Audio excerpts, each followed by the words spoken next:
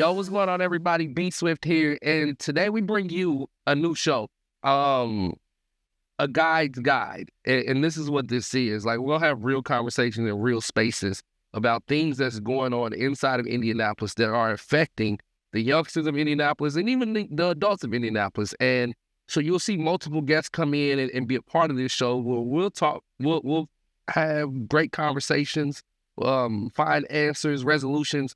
And the dopest part about this show is the things that are said and repeated on this show, we want you to be a part of. And we want your suggestions. We want your input. We want you on the show. So this is the community show at the end of the day to help the community, to grow the community, starting with our young teens all the way to our young adults. And it'll be some amazing things that'll be coming from this show that you'll see that will affect you or affect somebody you know in positive ways. And today, we're going to kick it off with two guys who I just adore what they do for the city of Indianapolis. I'm going to let them give a brief introduction of who they are and what they represent, and then we're going to dive in. And then I'll let them come back later during the episode and really give you a look at what they do with their program so you can really understand.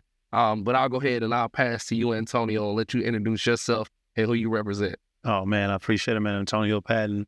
Always a representative, man, first of all, man, of my family, my wife, Tanisha Yvette Patton, love of my life, pretty much my pulse, all my children, man. I'm a father of 6, every one of them that, allowed me to be who I am and share me with the world. And I'm also the founder and CEO of Move Inc., which stands for Men of Vision Empowering, a non-for-profit organization built about me mentoring, pursuing the chaos that I once was.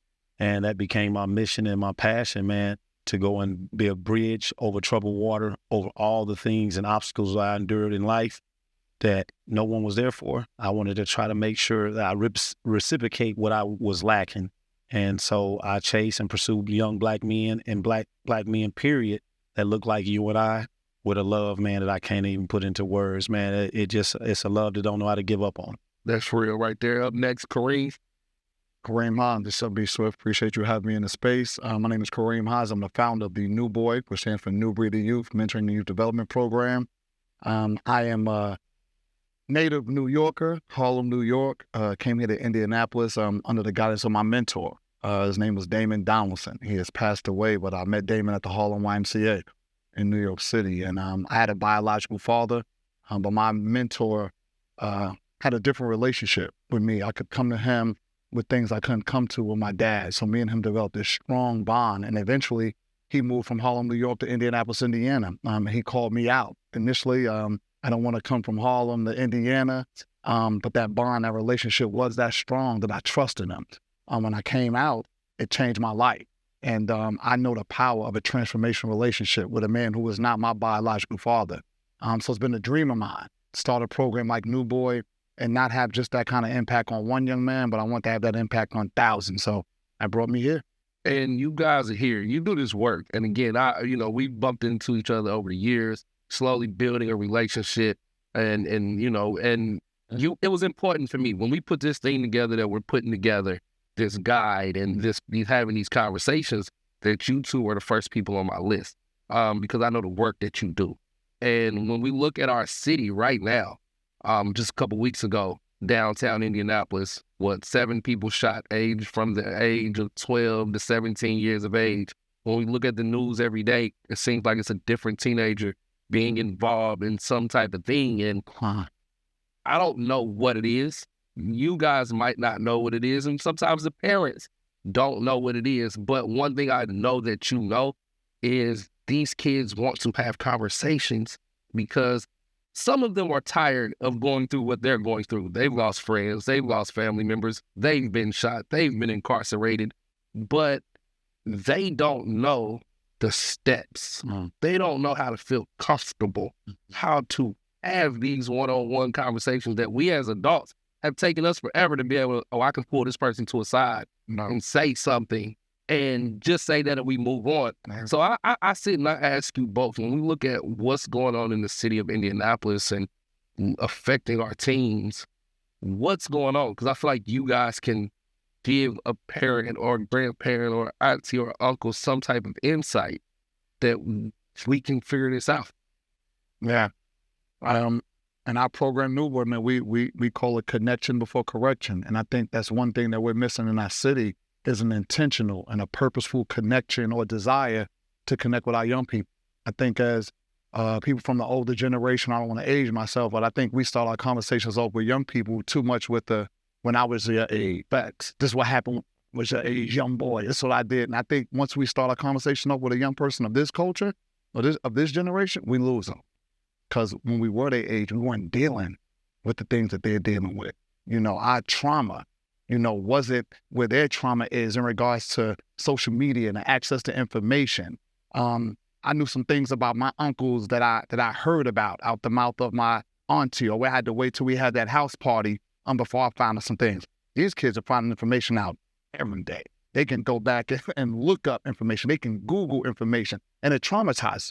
So they're traumatized, and a lot of it is undiagnosed trauma. Nobody is diagnosing our kids' trauma because, like you said, they don't do this to anybody. So they're internalizing all this trauma, and then when it comes out and it manifests itself, I think we're seeing it manifest itself in an ugly way with the gun violence, with just the violence in general, with just the aggression and the anger that our kids have. And they need a trusted voice to talk to let it out. And I don't think we have enough people who desire to be that trusted voice in Indianapolis, which is why I'm excited about this initiative. I think you're going to develop, you're going to nurture, and you're going to cultivate a lot of trusted voices in this space. I'm happy to be one of the ones. Well, and that's big for me. I mean, as you said in multiple meetings, and you've heard me say, like, this is about trust. Regardless of what goes on, there's programs I've been to, and I'm like, you can't pay me to go to this, you can't pay me to this. Even this isn't, I don't have no script. We've sat in the meetings. They can't really tell me what to talk about, what not to talk about. It's my show. It's our show. So it's got to be trusted. And I ask you, Antonio, as you have a program where you know, I came over to George Washington, I seen your barbershop talk, and these young men, they trusted what you do.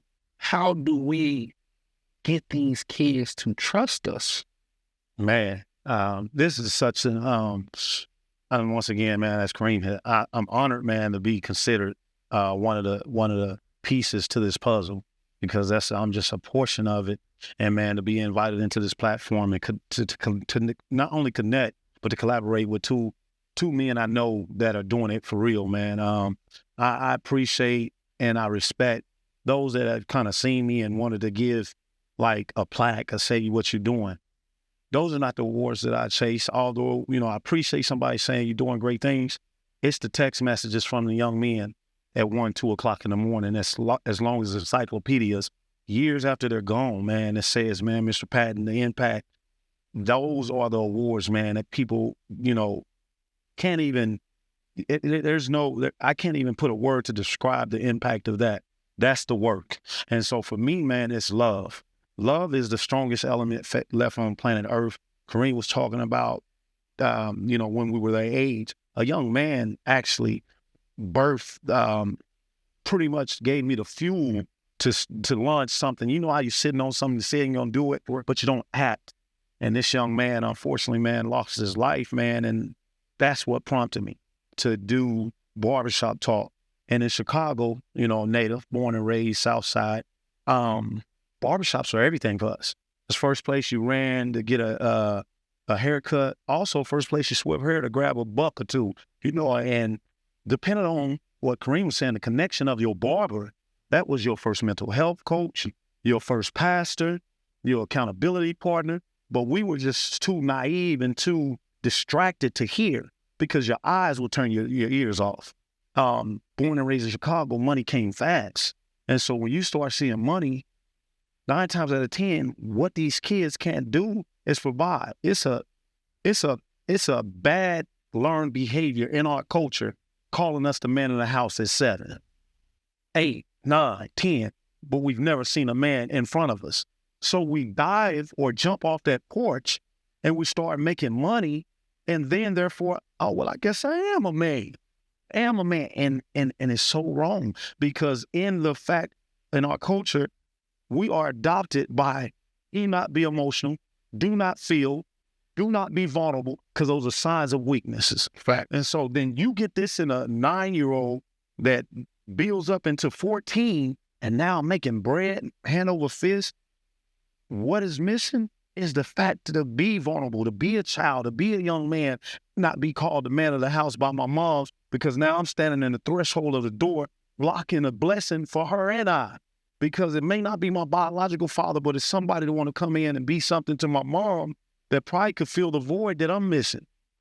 These young men, man, are scared to release because we break their trust by leaking their blood, man, by not being a safe. If I share something with you and you then turn around and share that with the world and you're the only someone I trust, you severed me. And you not only severed me, you set me back never to trust another man that looked like me. Because you broke my trust, man. You took something that was vulnerable to me, and I didn't know vulnerability. I shared it with you, and you used it as a weapon against me. And that thing is detrimental, man, and it will destroy us. It will destroy us, man. It will destroy us swift. And so, man, with you making this platform, I'm all in. I'm all in with Kareem, man. I'm all in with us, because what I sense in this area right here with these three, man, no egos. No hidden motives, no hidden strings, no hidden agendas. Authentic love that don't care what happens so long as results happen. And that's what it's about, is finding results. Because again, like we all come from some type of trauma. We've seen it anyway. The trauma that these youngsters today deal with is different. Like a couple of years ago when I heard a youngster say the word depressed, I looked real weird. Like, Right. How are you depressed? Right. You don't even know what it is. That shouldn't even be you don't have bills, you don't have a mortgage, you don't have. And then it took for somebody to pull me to the side and was like, bro, what they going through right now at 11, 12, 13, you're not even going through 30 yet. Like, it's completely different. I could sit back because we come from Black households. We're all over 30 over here. And we know in Black households, for us, if we got a problem, you bottle it up and you walk away with it. Mm-hmm. You know what I mean? Today's time, if you got a problem, these youngsters have found out that it's okay to go talk to somebody, but it's just got to be a trust factor. Antonio and Kareem, who I'm with them 80% of my time, like I'm at school now. You know, like at school, supposed to be a guidance counselor, but I don't trust them to keep what I tell them a secret anymore. They gonna go run and call my mom and I needed you because they don't want that, and you guys have started establishing that. How long does it take for you guys to grab some of these youngsters and get them to buy into your system and to believe that you are 1,000% what you say you are? I think it goes back to that old adage, man, that it don't real recognize real. So as long as you're real with a youngster, of course it's a case-by-case basis, but as long as you're real with a youngster and you show them that I'm not talking to you out of what I read in a book, I'm talking to you because I come from where you come from. Again, not going back to this is what I dealt with when I was your age and this is how I handle it, but I understand. You know, we got to stop listening to kids to respond and listen to them to understand. That sometimes just shutting up is the best way to connect with a kid. Just let them talk. And then they're so used to having adults cut them off, they'll be talking to you, then they'll stop and expect you to respond. You're like, I'm just listening to you, man. Mm-hmm. Building that trust. And then helping them understand that right now, it's unfortunate in our society, the only emotion that society expects from Black and brown young men is rage, Which is wild to me. Yeah. But that's what teachers expect. Black and brown, that's how they expect Black and brown young men to respond. That's how they expect them to respond to authority, to redirection. And if you flip that, that's the same emotion that their peers expect. The teachers expect that, but the peers in the hood respect. The hood respects rage. And these kids go there, really go there, and you that dude in the hood, and you wow, the hood respect that. The hood respects you being on the notes. Without a doubt. On the teachers, the clock. And these kids are going, it's something called ACEs, man, adverse childhood experiences. And this empirical research that says if a child has more than 3 on their ACEs score, so if they've experienced in their lifetime 3 adverse childhood experiences, the likelihood of them going to jail or turning to substance abuse or being involved in some kind of criminal activity doubles. And ACEs, an adverse childhood experience, could be watching or witnessing domestic violence, watching your parents go through drugs, a divorce, a parent is incarcerated, getting suspended from school. I mean, there's a myriad things that fall under that ACEs category, but we don't have a lot of people understanding these kids or talking to these kids about is What did you go through and how can I help you? It's one thing to be trauma informed. It's a whole nother thing to be trauma responsive. Yeah. We know that they're going through trauma, but now how do you respond? And a lot of adults don't want to open that Pandora's box because a kid will seek you out and they know when you're being fake. And then when you fake, you lose them. And you can hurt them more than you help them. So I think a lot of people, man, they talk about it. They don't really want to be about it because these kids these days, they'll hold your feet to the fire. Straight up. With no problem. You know what I mean? And one thing I asked you two, while we sit here, the things they go through, the trauma, right? When these kids are losing friends at 6, 7, 8, 9 years of age, whether it's gun violence or whether it's suicide, you know what I mean? It's different reasons.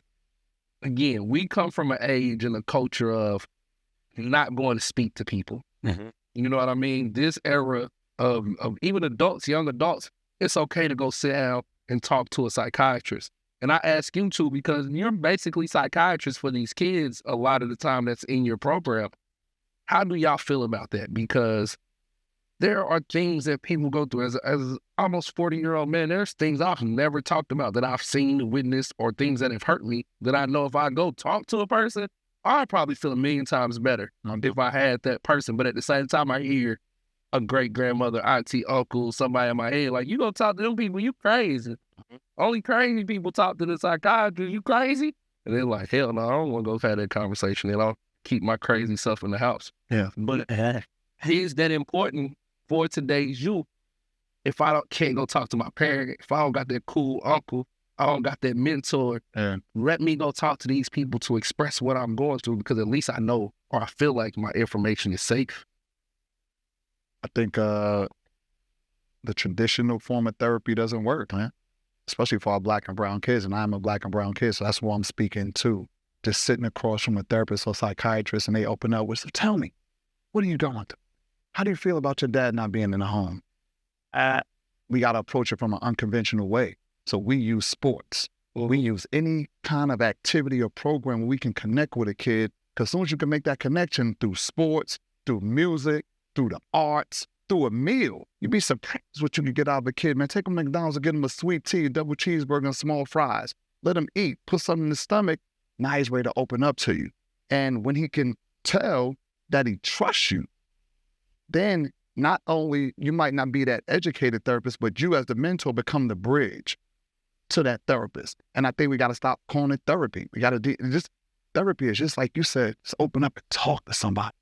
Because that word has become such a what's the word I'm looking for? So it in our community, man, that word is it's just a negative. It's a negative connotation. It's shun, Therapy. Like you said, I'm going to no therapy, but you could play basketball with a kid that's therapy. We have a guns down, gloves up boxing program. I could hold some pads up and let them hit them pads.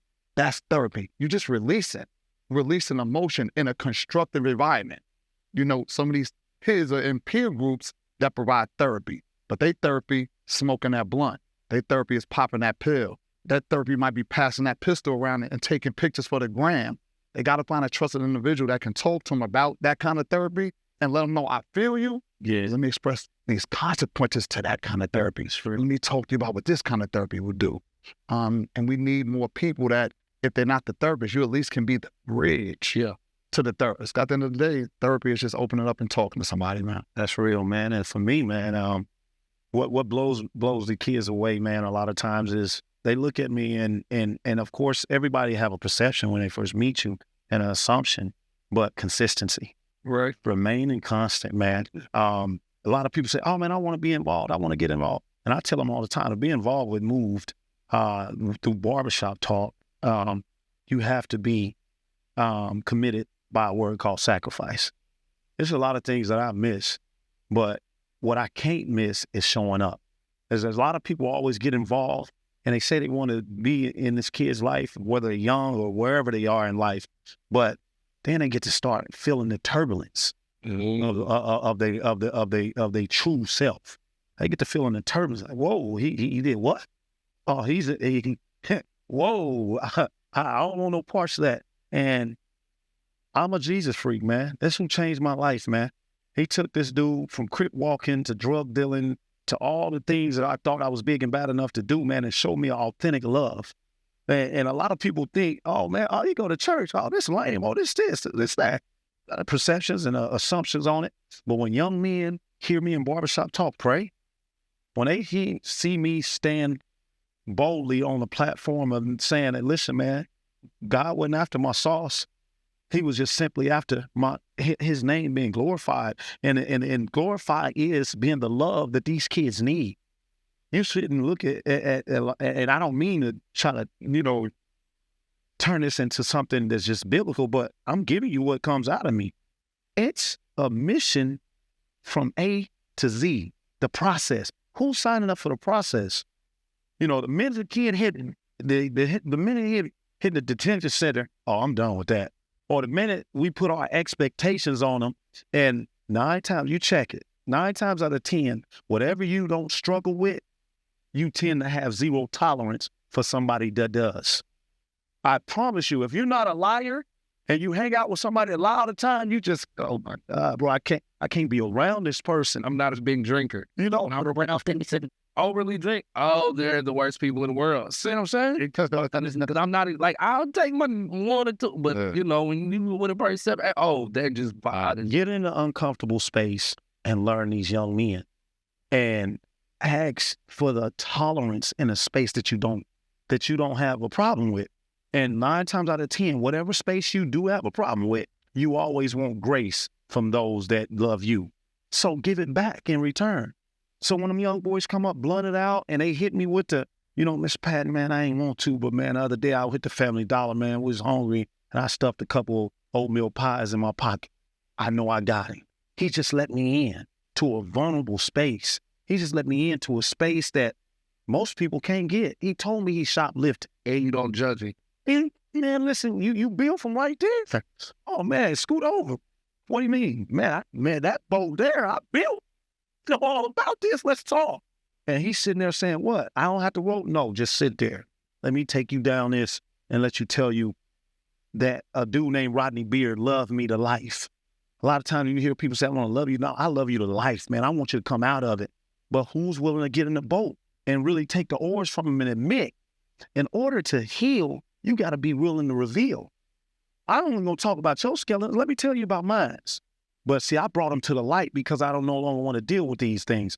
If you keep it in the darkness, you're still playing with it. Is it? And the true deliverance comes for these young men when you can tell them, man, listen, man, I was a liar, a manipulator, a sneak. But listen, man, I'm free because somebody like a Kareem Hines got involved in my life. And when I snarl and I growl and I put on all this, they wouldn't move. They wouldn't leave. That's what Kareem Hines does. Oh, are you growling? That draws me closer to you.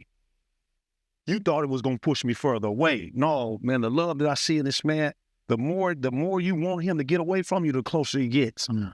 Every time you give him a situation to, Kareem, I fumbled again. I fumbled again. He don't give you no out. Well, it's a grind to it, but he don't give up. He don't know how. All you can see is that kid from Harlem.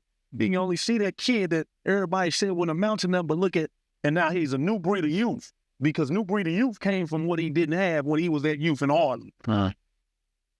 And that's why I locked in. And I'm like, man, that's Swift. I called you one time, man. All of a sudden, we connect.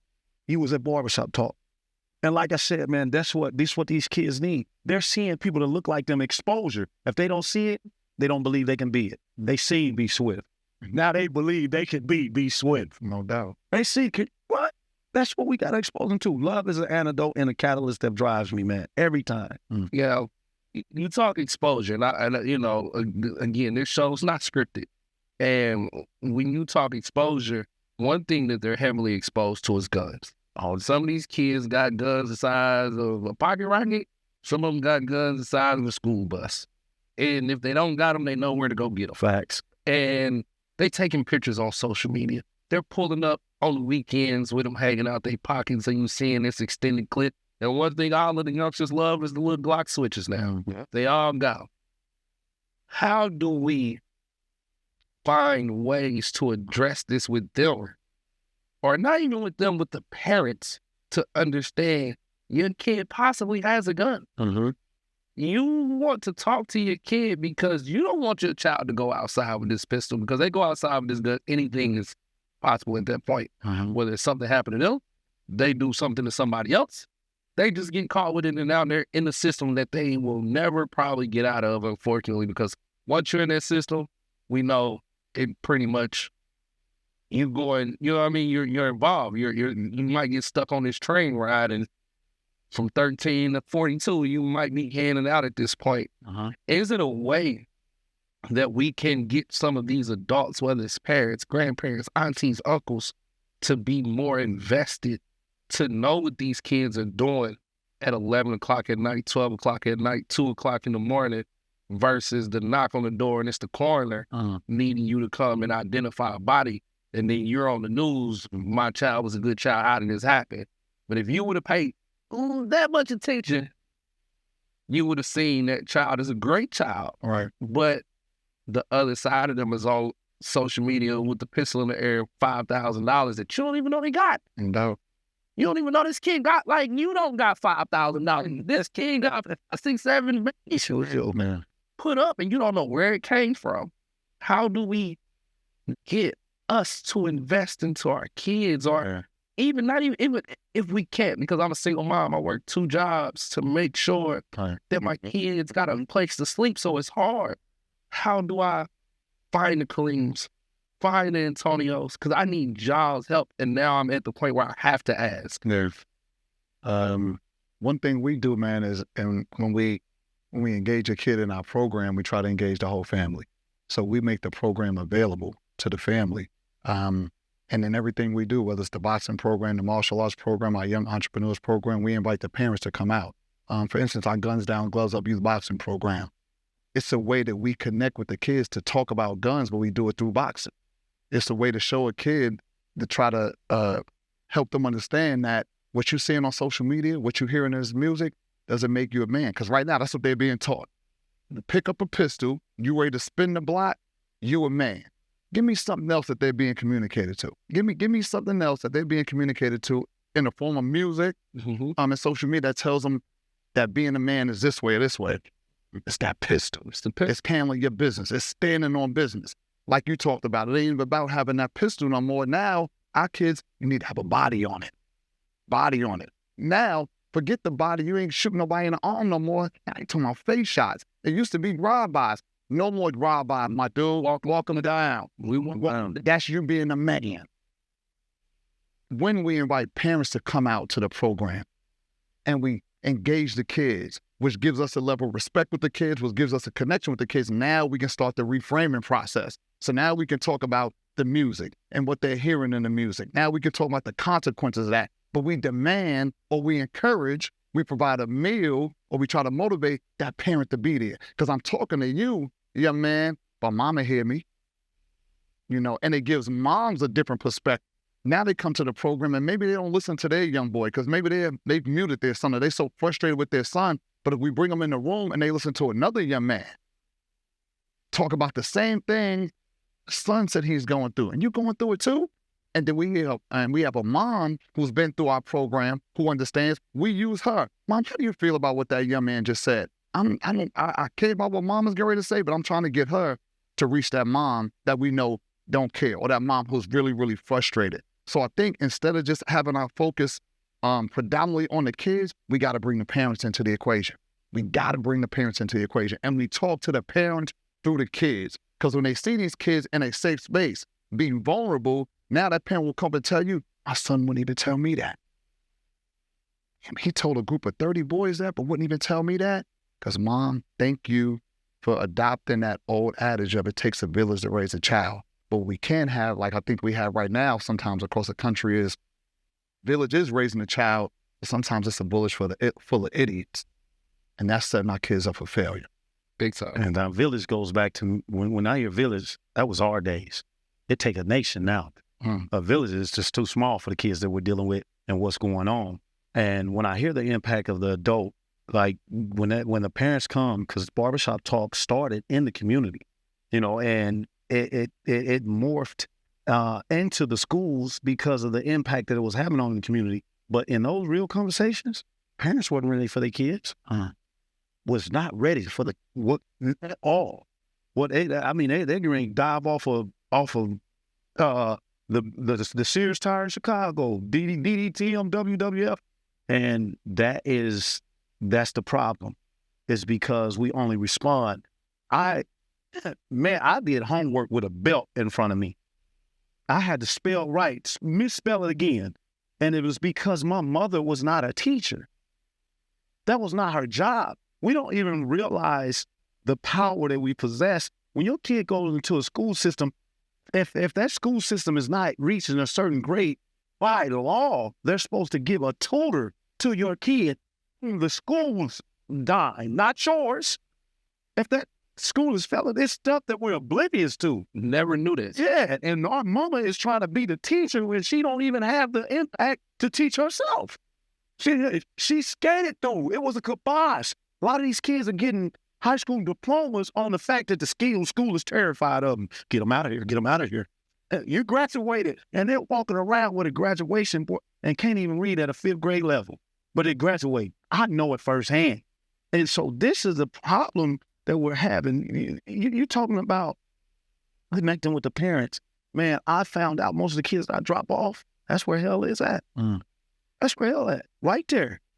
And now, if I poured water in you your entire life, why am I expecting pop?